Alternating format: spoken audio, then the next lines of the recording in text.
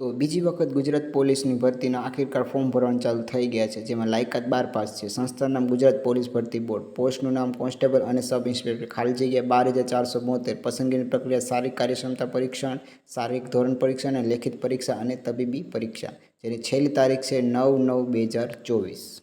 ગુજરાત પોલીસની ખાલી જગ્યા 2024ની વાત કરીએ તો જેલ સિપાઈમાં પુરુષની 1013, જેલ સિવાય સ્ત્રીની 85, આર્મ પોલીસ કોન્સ્ટેબલ પુરુષની 2212, આર્મ પોલીસ કોન્સ્ટેબલ મહિલાની 1090, આર્મ પોલીસ કોન્સ્ટેબલ કે એસઆરપીએફમાં 1000, નિશસ્ત્ર પોલીસ સબ ઇન્સ્પેક્ટરમાં પુરુષોની 316, તેમાં મહિલાઓની 156, જેમાં નિશસ્ત્ર પોલીસ કોન્સ્ટેબલ પુરુષોની 422 અને મહિલાની 212. શિક્ષણની વાત આવે તો ધોરણ 12 પાસ અથવા તો ગ્રેજ્યુએટ થયેલ હોવું જોઈએ, જેમાં કોન્સ્ટેબલ જેલ સિપાઈ તમારે 10-2 ડિપ્લોમા અથવા તો સક્ષમ જરૂરી છે. સબ ઇન્સ્પેક્ટર તમારે સ્નાતક ડિગ્રી જરૂરી હોવી જોઈએ, જેની છેલ્લી તારીખ તમારે યાદ રાખવી જરૂરી છે, જે 9/9/2024 છે.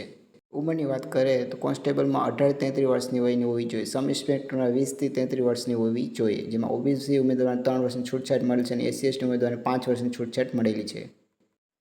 ગુજરાત પોલીસ પસંદગીની પ્રક્રિયા 2024ની વાત કરીએ તો ગુજરાત પોલીસ ભરતી બોર્ડ સબ ઇન્સ્પેક્ટર અને કોન્સ્ટેબલ જગ્યા માટે ત્રીજા રાઉન્ડની પરીક્ષાનું આયોજન કરેલ છે. પસંદગી પ્રક્રિયામાં શારીરિક કાર્યક્ષમતા પરીક્ષણ, શારીરિક ધોરણ પરીક્ષણ, લેખિત પરીક્ષા અને તબીબી પરીક્ષા સમાવેશ થશે. તેમાં શારીરિક કસોટીઓ પાસ કરનાર ઉમેદવારો લેખિત પરીક્ષા માટે લાયક ગણાશે, જેની છેલ્લી તારીખ 9/9/2024 છે.